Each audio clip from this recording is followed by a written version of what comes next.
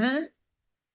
Yang terhormat pejabat struktural lingkup BSIP SDLP, Bapak Ibu Ketua Kelompok dan Ketua Tim Kerja BSIP SDLP, Bapak Ibu Pegawai BSIP SDLP, Bapak Ibu peserta sosialisasi online seri kedua pada pagi hari ini.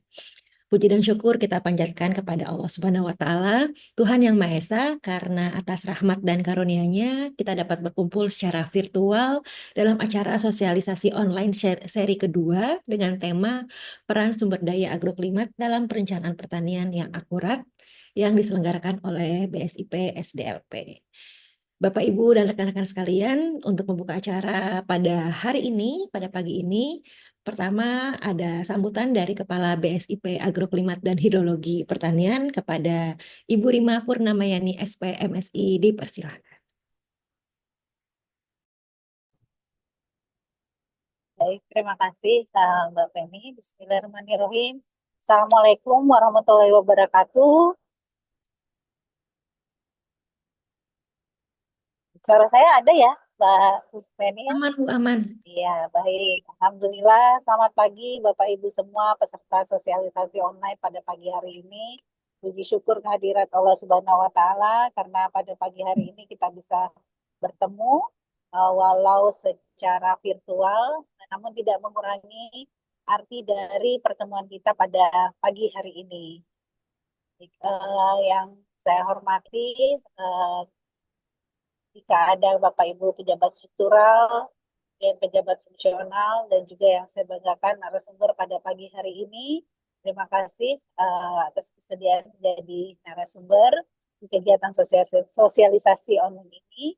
Nah, kegiatan sosialisasi online ini diselenggarakan oleh Balai Besar Pengujian Standar Instrumen Sumber Daya Lahan Pertanian secara rutin 1 bulan sekali, Bapak Ibu, yang tujuannya adalah menyebarluaskan informasi terkait dengan sumber daya lahan secara khusus dan juga informasi pertanian secara umum untuk menjadi ilmu dan pengetahuan bagi kita semua.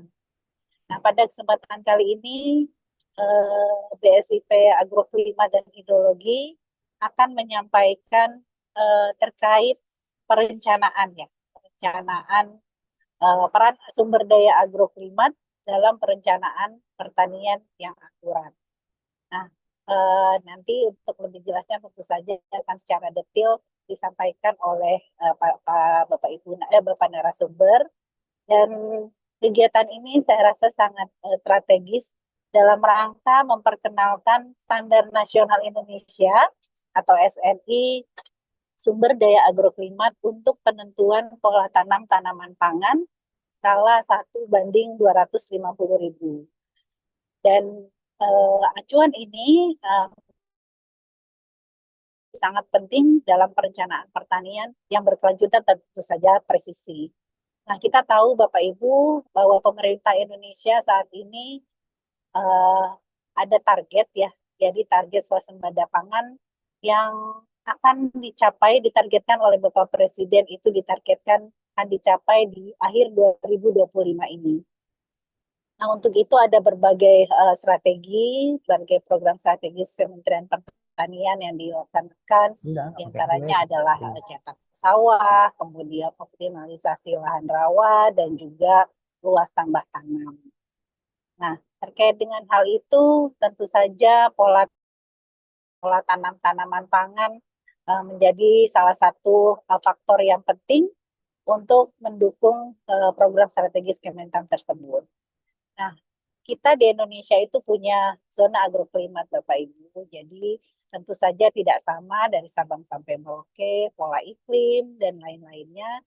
Sehingga di sini kami mengeluarkan standar pemetaan untuk zonasi agroklimat dalam penentuan pola tanaman pangan.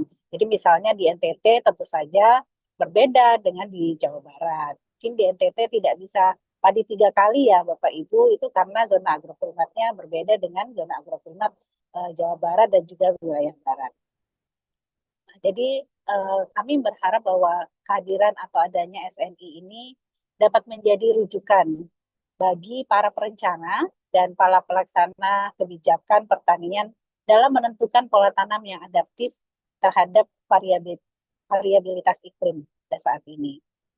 Nah, juga bagaimana menerapkannya nanti, termasuk metodologi pemetaan skala 1 banding 250 ribunya, pemanfaatan data agroklimatnya dalam perencanaan pertanian, dan bagaimana standarisasi ini bisa diterapkan dalam pembangunan pertanian.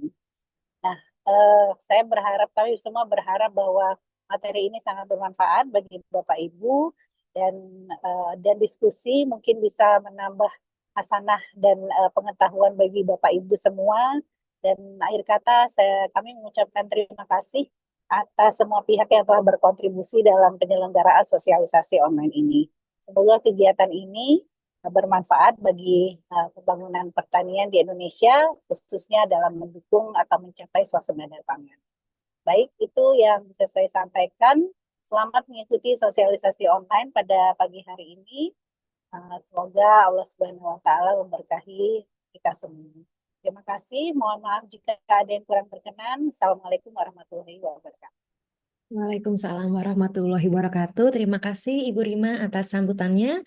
Baiklah Bapak Ibu sekalian, kita akan memasuki sesi inti dari sosialisasi ini, yaitu pemaparan materi yang akan disampaikan oleh Bapak Adrian Munaf, STM PSDA.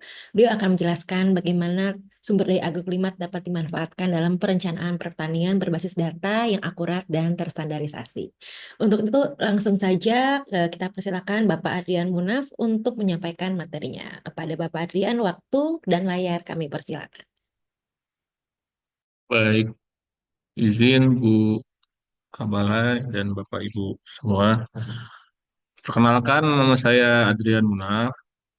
Di kesempatan kali ini saya bakal memberikan materi terkait SNI 9320 2004 lebih tepatnya tentang sumber daya agroklimat untuk penentuan pola tanam tanaman pangan.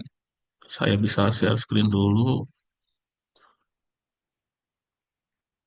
Udah keluar ya? Oke. Baik, seperti yang sudah saya sebutkan sebelumnya, di kesempatan kali ini saya akan menjelaskan terkait SNI 9320 2024 tentang spesifikasi informasi geospasial, yaitu sumber daya agroklimat untuk penentuan pola tanam tanaman pangan skala 1 banding 250 ribu.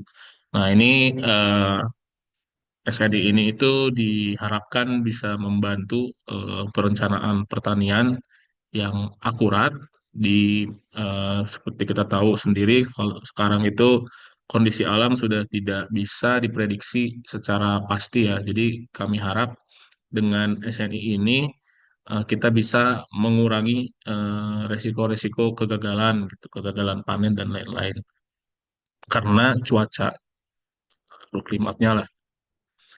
Lanjut, ini sekedar apa ya? eh, Sekedar informasi aja. Jadi saya ini bertugas di BPSI Agroklimat dan Hidrologi Pertanian. Tugas dan fungsinya itu menurut Permentan nomor 13 tahun 2023, tugasnya itu melaksanakan pengujian standar instrumen agroklimat dan hidrologi pertanian. Lalu fungsinya itu pelaksanaan penyusunan rencana kegiatan dan anggaran, pelaksanaan pengujian standar instrumen agroklimat dan hidrologi pertanian, pengolahan produk instrumen hasil standarisasi dan lain-lain. Nah, ini penyusunan standar ini masuknya di pelaksanaan pengujian standar instrumen agroklimat dan hidrologi pertanian. Lanjut. Nah, ini sekilas info saja. Jadi standar nasional Indonesia ini memang atau SNI emang sekarang-sekarang ini sudah menjadi acuan ya, acuan dalam hal segi apapun gitu. Jadi fungsinya itu fungsi SNI ini bisa meningkatkan kualitas barang dan pelayanan, lalu meningkatkan keuntungan dan mengurangi biaya, itu efisiensi. Lalu ada juga meningkatkan daya saing, memperluas pangsa pasar, memenuhi regulasi pemerintah dan membentuk budaya mutu. Jadi memang diharapkannya itu SNI ini menjadi acuan industri dalam berproduksi, lalu juga ada acuan transaksi pasar, memilih produk berkualitas, acuan pengawasan produk masuk dan beredar di pasar, lalu juga ada acuan masyarakat untuk hidup aman, nyaman, sehat, tertib dan teratur. Lanjut. Nah, ini sekilas infonya Bapak Ibu. Tahun kemarin balai kami sudah merumuskan Standar Nasional Indonesia atau SNI dengan nomor 9302 2024. Judulnya yang seperti yang sudah saya sebutkan sebelumnya. Jadi standar ini tuh kita susun dengan semangat meningkatkan indeks pertanaman atau IP di lahan-lahan dengan cara memanfaatkan potensi agroklimat. Jadi ya ini juga salah satu kayak hmm, mendukung program eh, Bapak Presiden terkait swasembada pangan gitu. Kita harapkan seperti itu. Jadi SNI ini ditetapkan di Jakarta oleh Kepala BSN tanggal 26 Desember 2024. Bapak Ibu bisa bukan mengakses ya, lebih tepatnya membeli, karena memang harus beli ya. Membeli di website resmi BSN, jika ada yang tertarik gitu ya, di websitenya itu di sispk.bsn.go.id. Lanjut. Nah, ini sekilas daftar isinya. Jadi ada ruang lingkupnya seperti apa, acuan normatifnya, lalu istilah dan definisi, gambarannya seperti apa, ada pemerolehan datanya juga seperti apa, dan lain-lain. Nanti insya Allah yang bakal saya jelaskan di sesi ini. Nah, ini latar belakang penyusunannya. Jadi, pertama itu yang seperti kita semua sudah tahu ya, posisi geografis Indonesia itu berada diapit oleh dua benua dan dua samudra gitu. Ada Samudra Pasifik, Samudra Hindia, dan ada benua Asia dan benua Australia. Nah, posisi geografis ini sangat berpengaruh ke iklim yang ada di negara kita gitu ya. Karena sirkulasi udaranya jelas lebih berbeda. Yang dari samudra itu kan sirkulasinya lebih besar daripada sirkulasi udara dari arah benua yang daratan gitu seperti itu. Lalu juga selain itu juga kita tahu sendiri kalau topografi di negara kita bermacam-macam, dari yang tinggi sampai yang rendah gitu. Jadi dari yang ada salju abadi sampai yang di pantai gitu seperti itu. Nah, keberagaman yang paling mencolok di Indonesia itu adalah curah hujan dan suhunya gitu, karena memang seperti kita tahu ya memang sangat beragam ya di Indonesia curah hujan dan suhunya. Lalu karena keberagaman tersebut, sehingga perlu dilakukan pengelompokan wilayah berdasarkan karakter iklim atau klasifikasi iklim. Nah, klasifikasi iklim sendiri itu definisinya adalah pengelompokan wilayah yang memiliki karakter iklim yang sama berdasarkan data rata-rata unsur iklimnya. Gitu, seperti itu. Nah, klasifikasi ini mungkin bapak-bapak, ibu-ibu juga banyak yang sudah belajar, apa ya, maksudnya sudah belajar tentang klasifikasi iklim itu juga banyak juga ada Junghun, Koppen, dan Oldeman dan lain-lain. Tapi di SNI ini kita metode yang digunakan itu menggunakan metode Oldeman tahun 1975. Nah, peta zonasi ini disusun berdasarkan jumlah curah hujan. Jadi ada ini ya, jadi tiga tiga, tiga jumlah curah hujan kurang dari 100, 100 sampai 200, dan lebih dari 200. Nah, jadi itu kurang dari 100 itu untuk bulan kering, 100 sampai 200 itu untuk bulan lembab, lebih dari 200 itu adalah bulan basah. Nah, tujuannya dari standar ini adalah memberikan panduan penyusunan peta agroklimat di berbagai agroekosistem dengan menggunakan data lebih lengkap dan terbaru dengan metode analisis dan klasifikasi yang lebih komprehensif. Nah, ini kenapa seperti itu? Karena standar ini itu merupakan pengembangan dari atas sumber daya agroklimat Indonesia yang dikeluarkan oleh Balitklimat tahun 2019. Itu ada se-Indonesia ya Bapak Ibu. Jika memerlukan bisa menghubungi balai kami gitu untuk mengetahui informasi itu. Lanjut, nah ini ruang lingkupnya. Jadi ya standar ini tuh diharapkan bisa digunakan untuk menjadi dasar perencanaan pertanian gitu. Nah, perencanaannya ini terutama untuk meningkatkan IP, penentuan pola tanamnya, dan pemilihan jenis komoditas apa. Nah, komoditas tanaman pangan dalam standar ini itu terdiri dari padi, dan palawija. Palawijanya itu kacang-kacangan, ubi-ubian, dan serealia. Nah, acuan normatifnya ini acuan-acuan yang digunakan dalam SNI ini lebih ke peta ya, pemetaan. Jadi ada SNI ketelitian peta dasar, lalu ada metadatanya seperti apa, spesifikasi produk datanya seperti apa, dan kualitas datanya seperti apa. Jud. Nah, ini pemerolehan datanya. Jadi, data-data yang kami gunakan dalam analisis ini itu terbagi menjadi dua tipe data, data primer dan data sekunder. Data primer ini data yang kita dapatkan langsung, dan data sekunder ini data yang kita dapatkan melalui instansi terkait gitu ya. Kita mengumpulkan. Nah, pengumpulan datanya ini untuk data primer itu ada data curah hujan, data posisi geografis stasiun hujan, data digital elevation model, dan data tanaman. Data curah hujan ini eh, kita menggunakan data curah hujan bulanan rata-rata dengan rentang waktu minimal 10 tahun.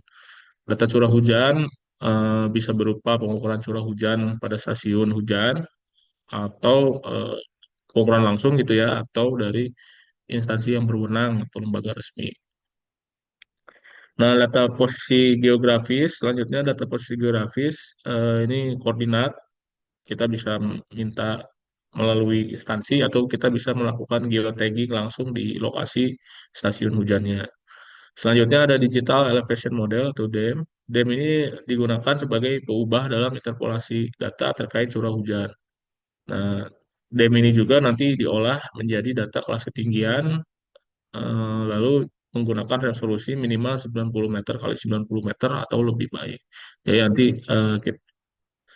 apa ya, data curah hujan ini kan nanti saya jelaskan di slide selanjutnya, dilakukan interpolasi, lalu ada faktor pengubah dari DEM untuk apa ya, data kelas ketinggiannya gitu.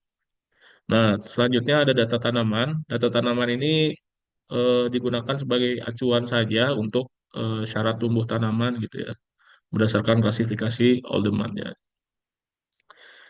Lalu data sekunder, data curah hujan global. Yang pertama itu, data curah hujan global ini digunakan adalah data curah hujan bulanan dalam format raster dengan rentang waktu minimal 10 tahun terakhir dengan resolusi spasial 0,5 km kali 0,5 km yang diunduh dari website atau open source yang tersedia seperti Global Precipitation Climatology Center atau GPCC.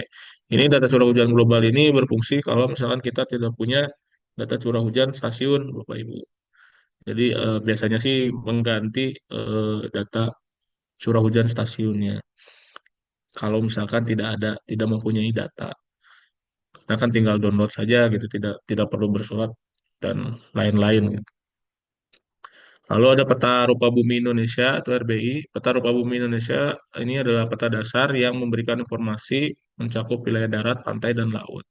Nah, peta RBI ini kan unsurnya sangat banyak ya Bapak Ibu, ada jalan, ada lain-lain gitu.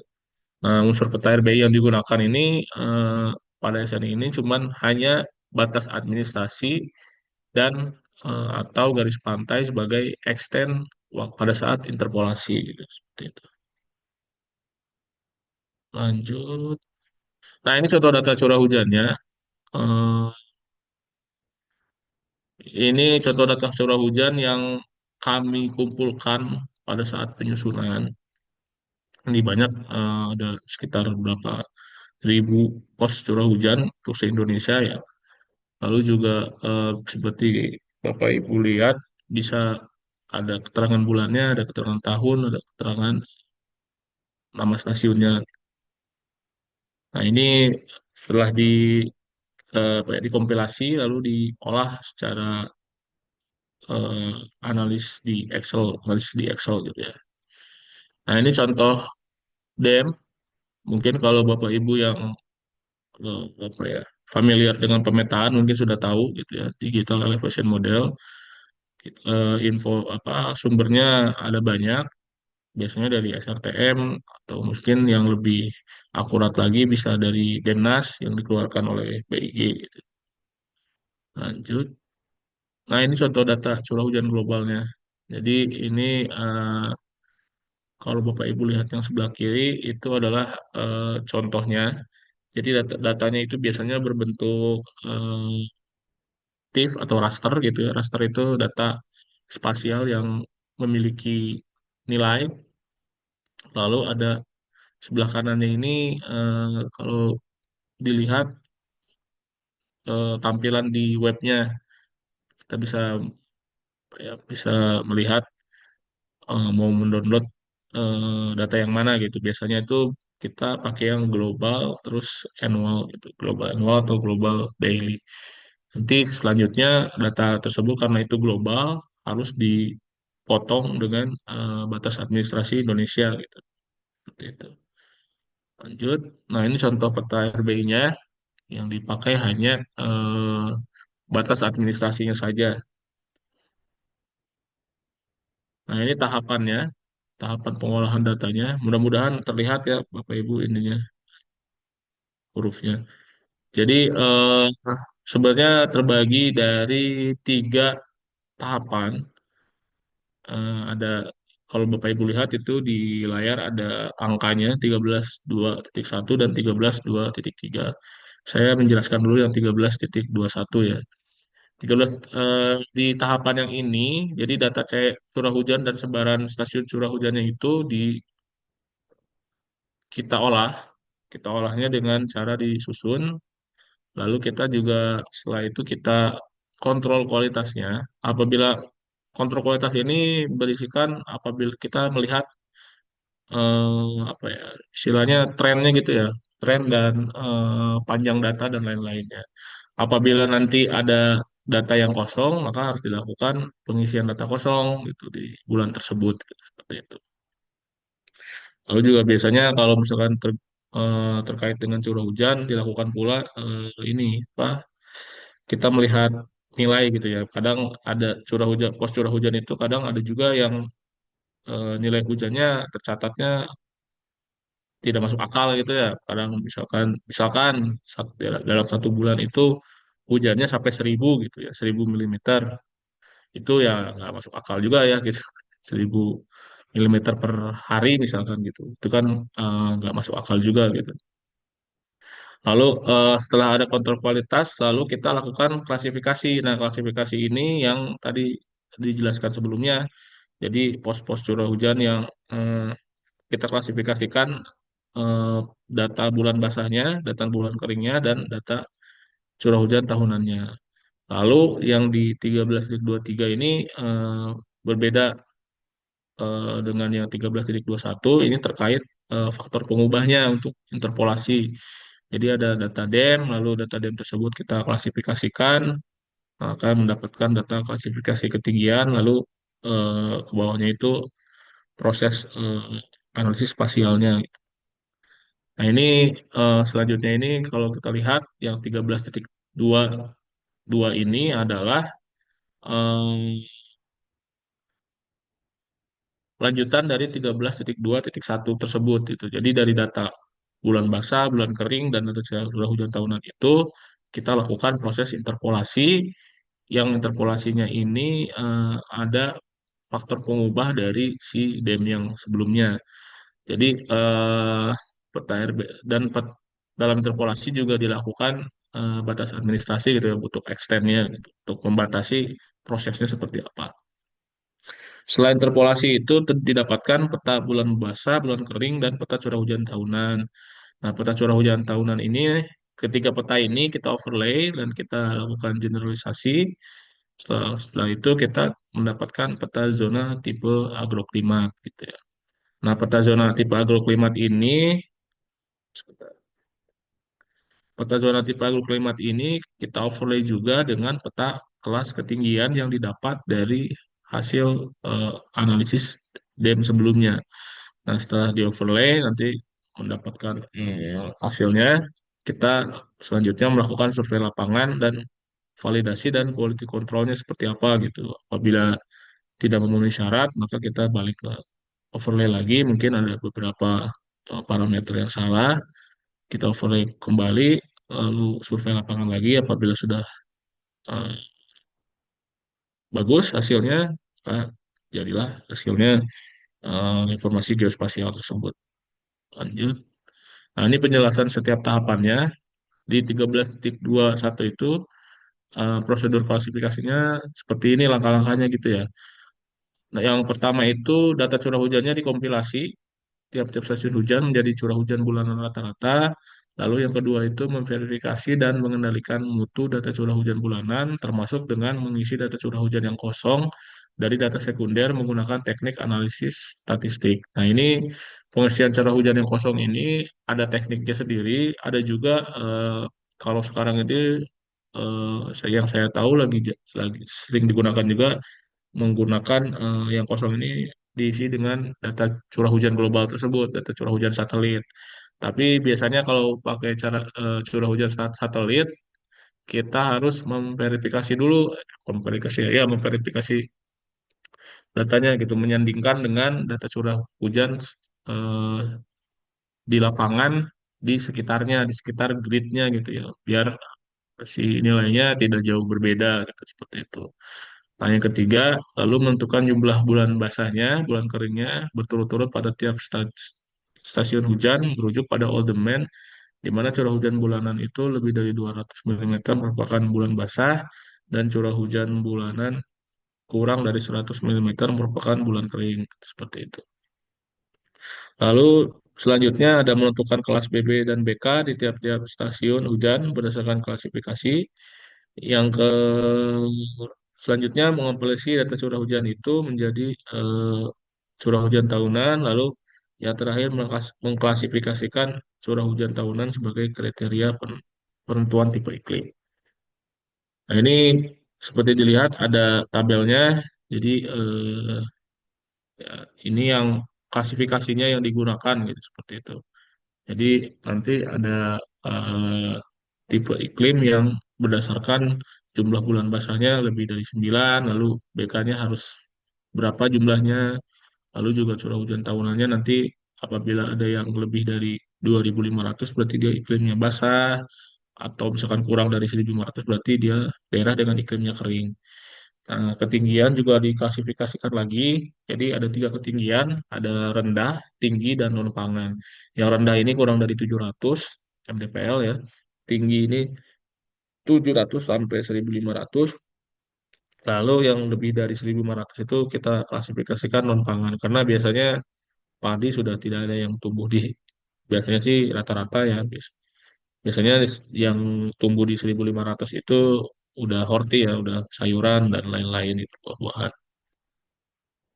Lanjut. Slide selanjutnya. Nah, ini penentuan zonanya.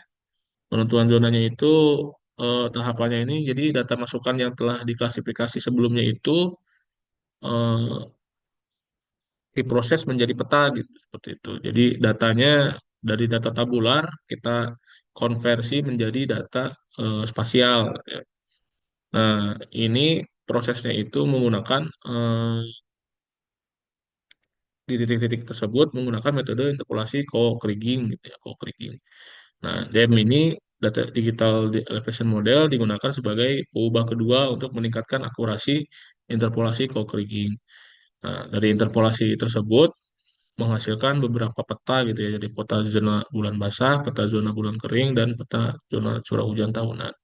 Nah, ketiga peta tersebutlah nanti yang kita tumpang tumpang susunkan atau overlay untuk menghasilkan peta zona tipe agroklimat. Nah, ini sekedar info, jadi co-kriging ini adalah metode kalau di yang paham familiar dengan spasial itu kan pasti ada metode IDW, terus ada metode lain-lainnya gitu ya. Nah, ini co-kriging ini salah satu metode interpolasi yang biasanya digunakan di dunia spasial gitu ya.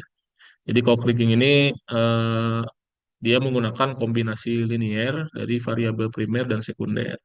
Nah, contohnya ini seperti yang di sebelahnya ini. Kalau kita lihat dari yang atas gitu ya, yang sebelah sini, atasnya itu dia dari data titik-titik menjadi data raster.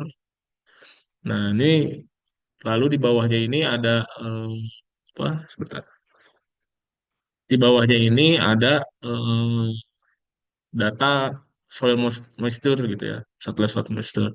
Lalu diinterpolasi secara cross-linking, akhirnya distribusi hujannya jadi berubah gitu ya. Ada yang lebih meluas gitu dan ada yang berubah nilainya dan lain-lain lah seperti itu. Cut. Nah, ini yang terakhir itu adalah perumusan rekomendasi tanaman pangan. Nah, data ketinggian tersebut tadi kan sudah kita klasifikasi ya Amsterdamnya gitu sesuai kelas ketinggiannya. Nah, data tersebut bentuknya itu kan raster, jadi kita harus dirubah dulu menjadi poligon hingga menjadi peta kelas ketinggian. Nah, peta kelas ketinggian ini di overlay lagi dengan peta zona tipe agroklimat yang sebelumnya kita sudah buat.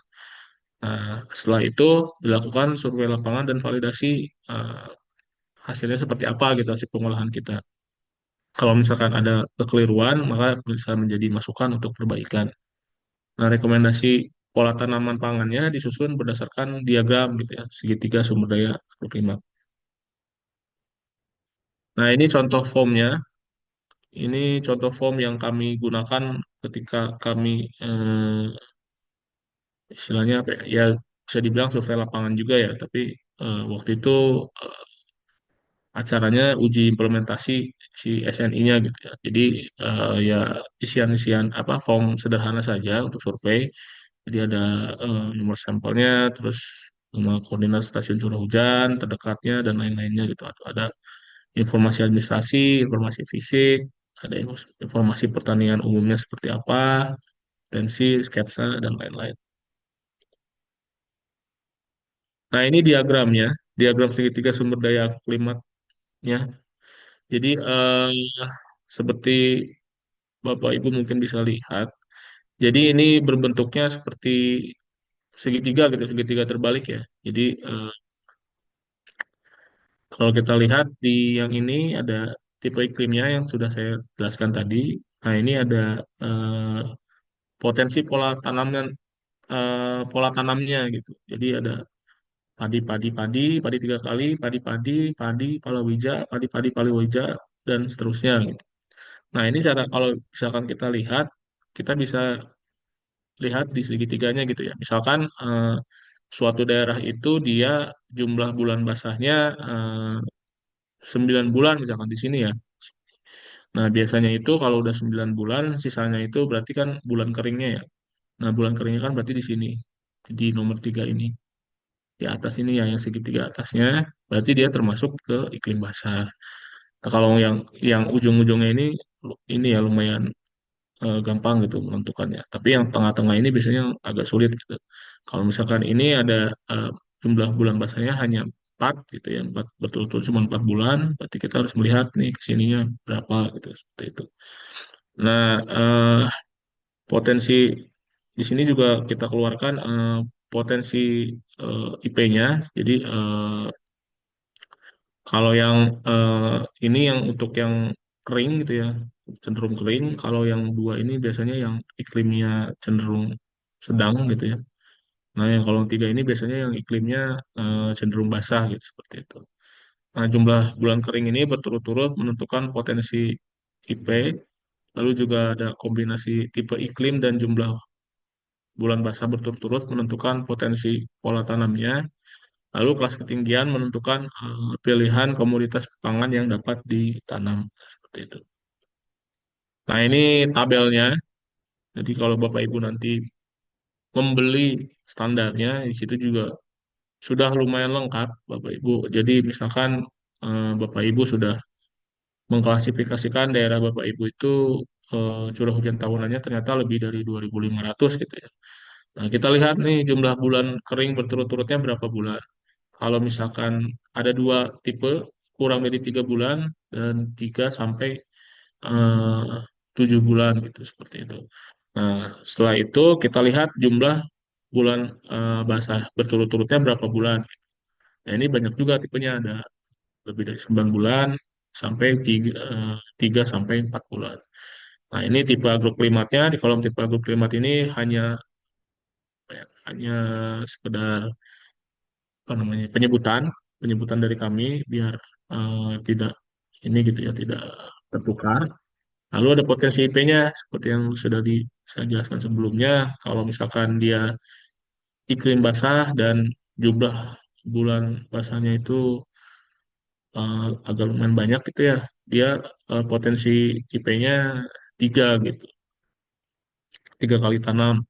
Nah, setelah itu ada kolom kelas ketinggiannya. Jadi ada rendah, tinggi, dan rendah, tinggi, dan terusnya gitu ya. Nah, ini ada alternatif pola tanamnya. Ada padi-padi-padi, padi-padi, palawija, padi, palawija, palawija. Nah, ini eh, pola tanam ini didasarkan ke jumlah BB berturut-turutnya seperti yang dijelaskan di slide sebelumnya. Kalau misalkan dia BB-nya lebih dari 9 bulan, eh, kita anggap itu bisa padi 3 kali gitu ya. Nah, kalau misalkan 5 sampai 9 bulan dia hanya padi-padi palawija. Kalau 3 sampai 4 itu berarti dia hanya bisa padi palawija palawija. Nah, ini nomenklaturnya, istilahnya penyebutan klasifikasi sumber daya agroklimatnya. Jadi penyebutannya dari tipe agroklimat ini lalu eh, kita kombinasikan, kita gabungkan dengan kelas ketinggiannya. Jadi ada A 3 Romawi 1 rendah seperti itu. Nah, ini juga bisa dilihat ada pilihan kelompok komoditasnya. Jadi ada irigasi, padinya itu ada irigasi, tada hujan, dan padi kuku. Serealianya itu ada gandum, sagu, sorghum, dan jagung. Lalu ada kacang-kacangan semusim, itu juga ada kedelai, kacang hijau, kacang merah, kacang tanah. Lalu juga ada ubi-ubiannya, singkong, dan ubi jalar. Gitu.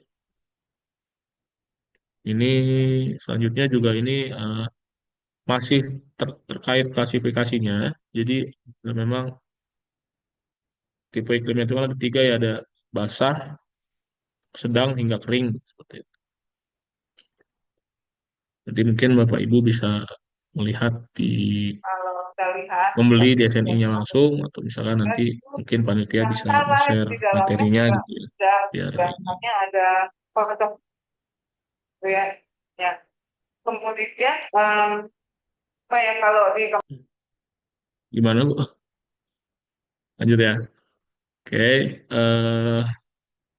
ini juga ada beberapa catatan gitu ya. Jadi beberapa lokasi pertanian itu potensi palawijanya dimanfaatkan juga untuk tanaman non-pangan, misalnya tanaman tembakau, perkebunan, atau hortikultura gitu ya, sayuran atau buah seperti itu. Nah, ini ada aturan penyajiannya. Aturan penyajian peta ini hanya sekedar apa, warna untuk klasifikasi sumber daya agroklimatnya seperti apa gitu. Nah, ini hasil analisis yang kami lakukan pada waktu penyusunan RSNI. Kami lakukan tidak apa ya, tidak bisa untuk seluruh Indonesia. Jadi kami hanya mencoba di sekitar Provinsi Jawa Barat gitu ya. Jadi ini hasilnya sangat beragam, sumber daya agroklimatnya juga sangat beragam gitu ya. Terus juga apa ya, sangat tersebar dan eh, macam-macam gitu ya. Lanjut. Nah, ini tabularnya dari hasil analisis kami di Jawa Barat itu paling luas itu dengan A 3 Romawi 2 rendah. A32 Romawi rendah itu berarti kita flashback ke belakang. A32 Romawi rendah berarti adalah alternatif pola tanamannya itu padi-padi palawija gitu ya, seperti itu. Jadi mengartikan dia iklimnya basah, tapi potensi pola tanamnya hanya padi-padi dan palawija. Itu. Dengan kelas ketinggiannya itu dia di dataran yang rendah. Kalau dilihat dari petanya yang warna hijau ini warnanya emang agak sedikit nyaru, mirip-mirip gitu ya warnanya. Lanjut, nah ini juga, nah ini bisa dilihat gitu ya dari hasil analisis Provinsi Jawa Barat. hasil analisis kami ya, ini hasil analisis kami berada pada daerah dengan tipe zona agroklimat A32 rendah. Dari hal tersebut dapat disimpulkan bahwa mayoritas di Jawa Barat daerahnya beriklim basah dengan jumlah bulan kering berturut-turut kurang dari 3 bulan. Bulan basahnya berturut-turut antara 5 sampai 9 bulan dengan ketinggian elevasi rendah kurang dari 700 mdpl. Nah, ini nilai pada tabel, tapi belum dilakukan, ini disclaimer ya, nilai pada tabel belum dilakukan survei dan validasi secara menyeluruh gitu. Seperti itu. Lanjut. Nah, ini kami juga melakukan uji implementasi. Nah, uji implementasinya itu untuk istilahnya menguji metode yang kita lakukan dalam SNI-nya gitu ya. Pada saat itu kita menggandeng BIG, melibatkan BIG selaku instansi yang mempunyai tusi geospasial di Indonesia gitu. Nah, ini hasil uji implementasinya itu didapatkan bahwa metode penentuan ini 80% sudah sesuai dengan kondisi existing di lapangan. Tapi terjadi beberapa perbedaan. Nah, perbedaan ini terjadi karena dalam penentuan tipe agroklimat, faktor jaringan irigasi ini tidak dimasukkan ke dalam penentuan. Jadi hal tersebut berpengaruh terhadap informasi rekomendasi indeks pertanaman untuk setiap tipe agroklimat. Nah, maksudnya ini faktor jaringan irigasi ini memang kami tidak masukkan karena itu bukan masuk ke apa ya agroklimat gitu ya. Nah, ini di lapangan itu kami temui beberapa beberapa daerah dia itu sebenarnya sudah ada dia masuk ke daerah iklim kering atau sedang gitu ya yang tidak memungkinkan eh, ya maksimal IP-nya bisa hanya 2 kali gitu padi ya padi-padi palawija. Tapi pada pada kenyataannya dia bisa sampai 3 karena apa? Karena dia daerah irigasi gitu. Airnya selalu ada seperti itu. Jadi itu yang belum tidak dimasukkan ke SNI ini. Jadi eh, agak sedikit tricky juga gitu kemarin waktu kami uji implementasinya. Lanjut, nah, ini dokumentasinya pada saat kami melakukan uji implementasinya seperti apa. Nah, ini sebenarnya tidak ada di SNI-nya, tapi ini hanya apa ya, tambahan aja gitu. Jadi, tipe sumber daya agroklimat ini kalau dikaitkan dengan infrastruktur, cocoknya itu apabila ke infrastruktur embung gitu ya. Jadi embung yang di eh, sumber airnya dari curah hujan. Apabila dilihat dari jumlah curah hujannya tahunan Indonesia itu rata-rata 1.500 per tahun itu ada lah gitu ya. Jadi itu dianggap cocok untuk air hujan itu ditampung terlebih dahulu, lalu dialirkan ke eh, pemakai seperti itu. Nah, ini embung ini berfungsinya sebagai pengukur curah hujan pada saat musim hujan. Jadi saat musim hujan air ditampung di embung, lalu setelah air sudah penuh dialirkan ke lahan-lahan pada saat musim kemarau gitu. Nah, ini kami kira embung ini merupakan infrastruktur yang sangat efektif gitu ya untuk menampung air hujan dulu, khususnya di daerah-daerah yang kesulitan air. Nah, ini tabel-tabel yang di sebelah kanan ini hanya istilahnya tambahan. Saya dapat ini dari Surat Edaran Menteri PUPR nomor 07 SE M 2018 tentang pedoman pembangunan embung kecil dan bangunan penampung air lainnya di desa. Jadi kalau dilihat gitu ya, embung kecil ini volumenya paling besar itu 3.000 meter kubik gitu seperti itu. Nah, ini yang di bawahnya ini, yang atasnya ini ada ininya juga, ada dimensinya, dimensi rata-ratanya seperti apa. Ini untuk memudahkan merencanakan gitu ya. Nah, yang bawahnya ini ada kurva hubungan antara volume embung yang harus disediakan dengan luas sawah yang dapat diairi, gitu. Nah, yang warna-warna di tengahnya ini ada kebutuhan air yang kita inginkan berapa. Contohnya, kalau misalkan kita butuhnya kebutuhan air 1 liter per detik dan luas sawahnya misalkan 0,2 hektar, berarti kan di sini ya 0,2 hektar, ini kebutuhan airnya 1 liter per detik, berarti volume embung yang kita harus sediakan itu di sekitar 1.500 meter kubik. 1.500 meter kubik berarti yang ini di panjangnya 30 meter, terus lebarnya 25 meter, tinggi kedalamannya itu 2 meter. Terus kalau misalkan ada bak pengendap, ukurannya seperti ini. Kalau ada pelimpah juga ukurannya seperti ini. Seperti itu. Lanjut. Penutupnya, jadi yang pertama itu penerapan standar spesifikasi informasi geospasial ini merupakan langkah kami harap menjadi langkah strategis dalam mewujudkan pertanian yang lebih efisien dan berkelanjutan. Lalu dengan memanfaatkan data ini, agroklimat yang akurat dan terstandarisasi, para pemangku kepentingan dapat mengambil keputusan yang lebih tepat dalam menentukan pola tanam, memilih jenis komoditas, dan mengelola sumber daya pertaniannya secara optimal. Nah, standar ini kami harapkan juga dapat menjadi panduan yang komprehensif bagi para pelaku sektor pertanian, mulai dari petani, penyuluh, peneliti, hingga pengambil kebijakan dalam upaya meningkatkan produktivitas dan ketahanan pangan nasional. Terima kasih, sekian itu saja dari saya. Selanjutnya saya kembalikan ke Ibu Moderator. Terima kasih Bapak Adrian Munaf. Selanjutnya kita akan memasuki sesi diskusi. Bapak Ibu yang mau bertanya atau memberikan komentar bisa raise hand ataupun bertanya pada kolom komentar. Sembari menunggu Bapak Ibu, ini sudah ada masuk dari Bapak Nurfianto di Malang. Ini ada 3 pertanyaan Pak Adrian. Jadi yang pertama, bagaimana pemetaan agroklimat untuk penentuan pola tanam tanaman pangan organik seperti dibutuhkan tumpang sari, cover crop, dan lain-lain. Yang kedua, bagaimana pertimbangan indeks kekeringan dan banjir serta intensitas serangan hama dan penyakit pada standar ini.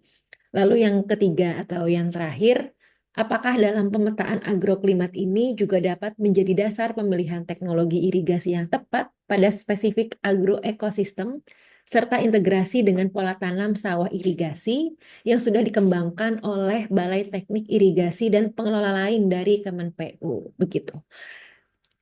Mungkin bisa langsung dijawab sembari menunggu rekan-rekan yang lain untuk bertanya.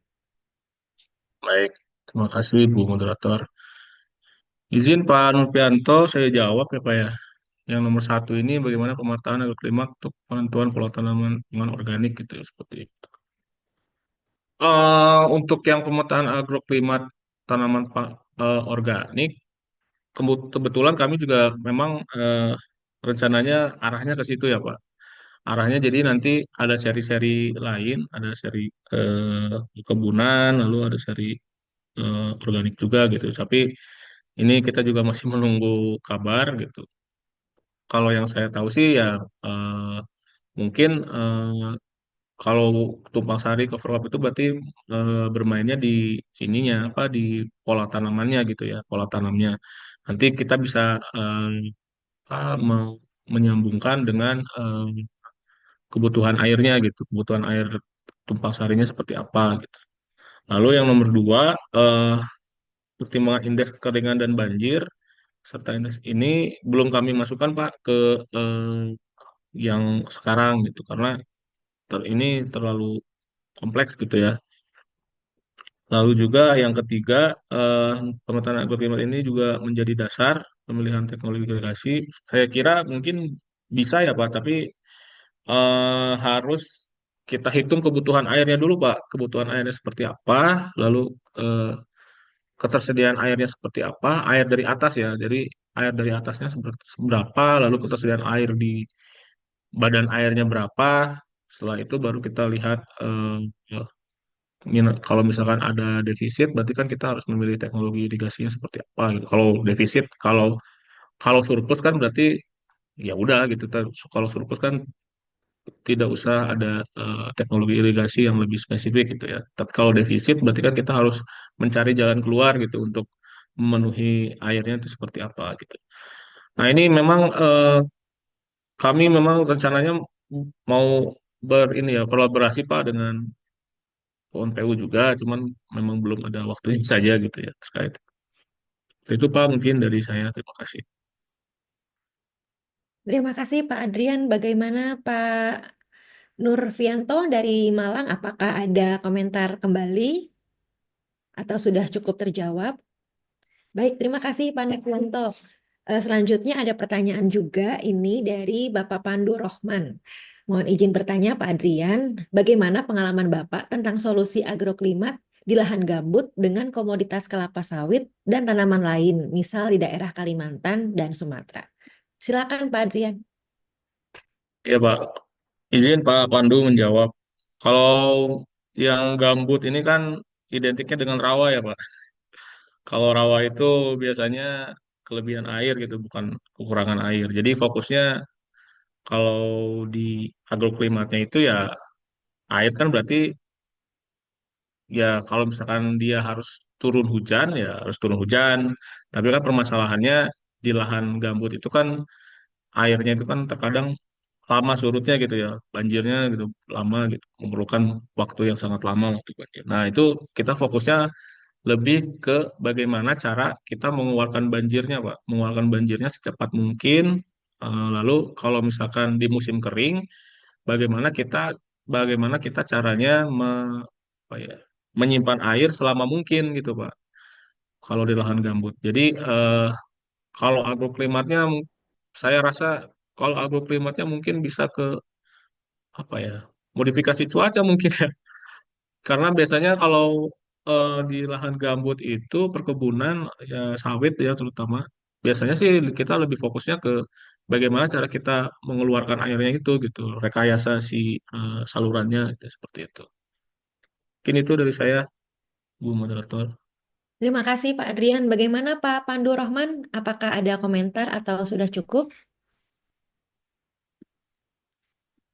Sambil menunggu Bapak Ibu lain yang mungkin bertanya pada kolom komentar ataupun raise hand, kami ingin mengingatkan bahwa ada link presensi acara sosialisasi ini di kolom komentar dan juga ada survei kepuasan masyarakat, ada survei persepsi kualitas pelayanan dan juga survei persepsi anti korupsi. Mohon berkenan Bapak Ibu mengisi.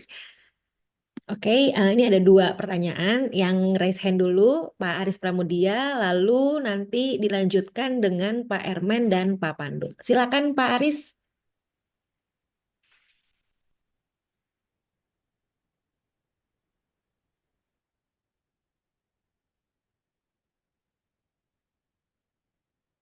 Pak Aris, maaf masih di mute sepertinya. Oke, terima kasih. Assalamualaikum warahmatullahi wabarakatuh. Nah, sekarang Bu Penny yang mute. Ini saya izin saja melengkapi eh, tanggapan yang disampaikan Mas Munaf tadi ya. Jadi yang pertama, eh, yang segitiga tadi itu sebetulnya didesain itu untuk memudahkan kita ketika kita ingin mengidentifikasi kondisi potensi agroklimat di satu daerah berdasarkan kondisi curah hujan. Jadi ada 3 hal di situ, curah hujan tahunan, bulan basah, dan bulan kering. Kalau 2 diketahui, maka yang ketiga bisa kita ketahui. Eh, Lalu dari situ analisis yang kita lakukan itu mengantarkan kita melakukan pendekatan terkait dengan potensi tanamnya. Nah, lalu bagaimana kaitannya dengan tadi ada ditanyakan dengan daerah irigasi. Lalu ada juga pertanyaan untuk di wilayah-wilayah Sumatera Barat, ya kan, seperti apa begitu.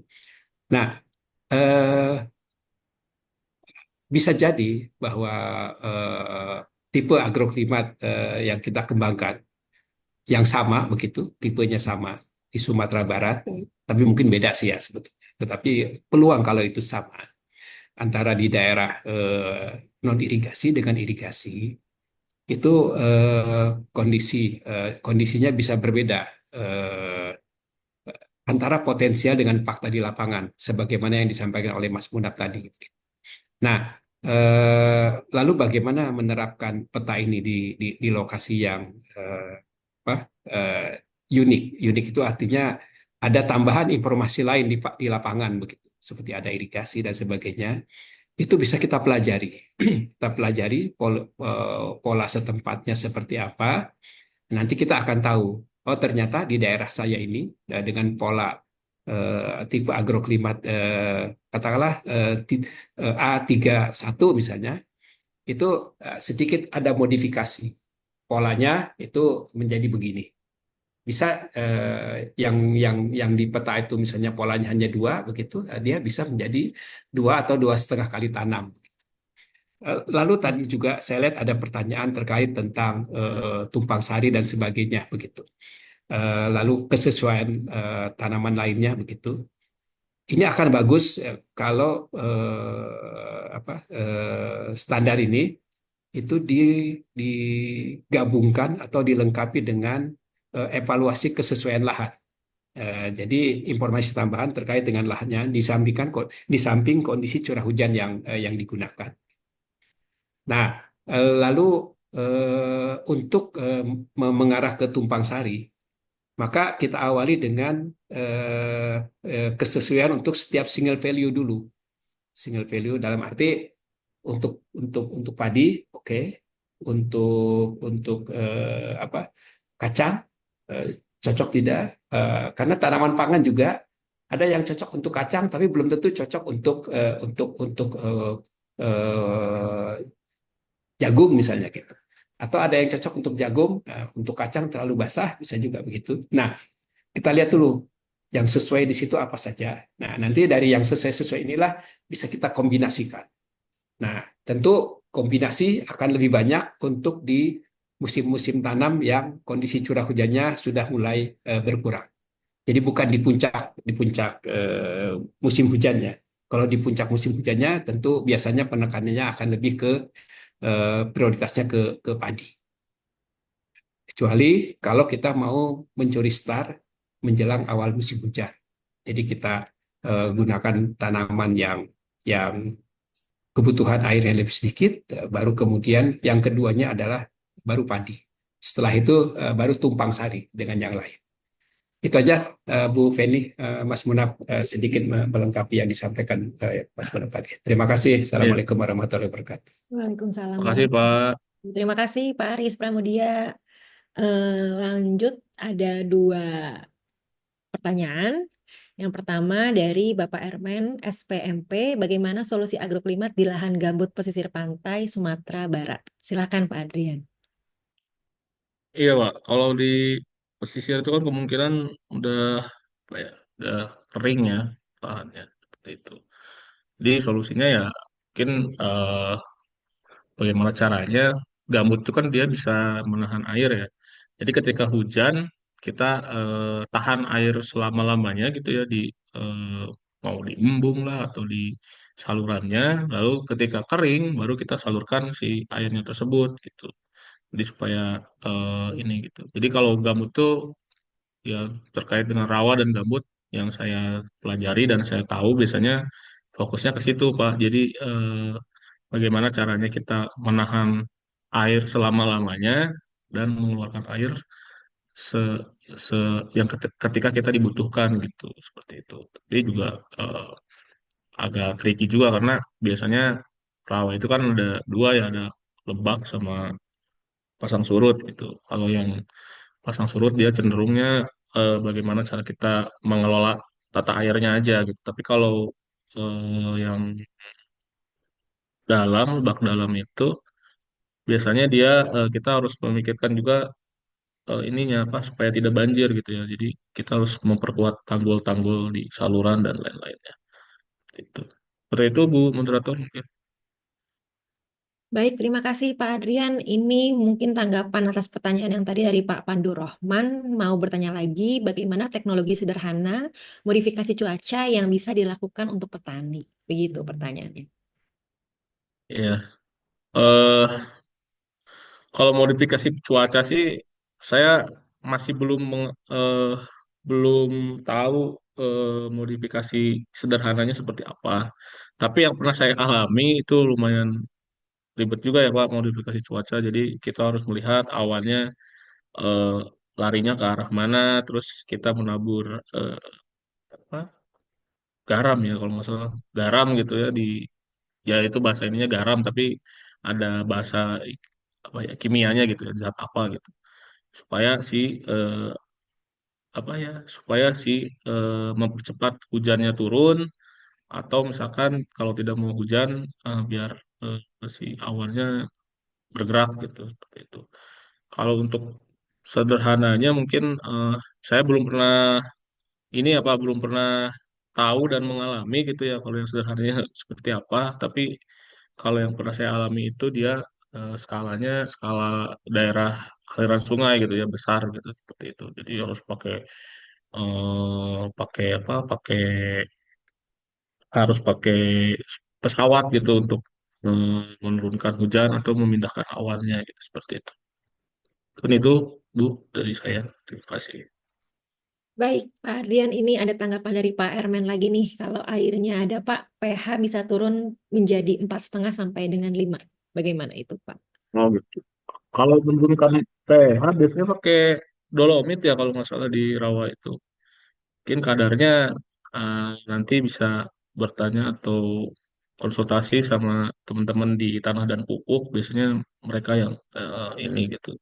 Memang agak sulit juga kalau di rawa karena pH-nya ada dua, ada di air sama di lahannya seperti apa. Nah itu sangat penting juga kita harus memastikan si apa sih namanya itu lapisan di rawa itu saya lupa. Jangan sampai teroksidasi oleh oksigen gitu ya. Kalau teroksidasi oleh oksigen, jadinya airnya asam gitu, tidak bisa dipakai untuk tanaman seperti itu.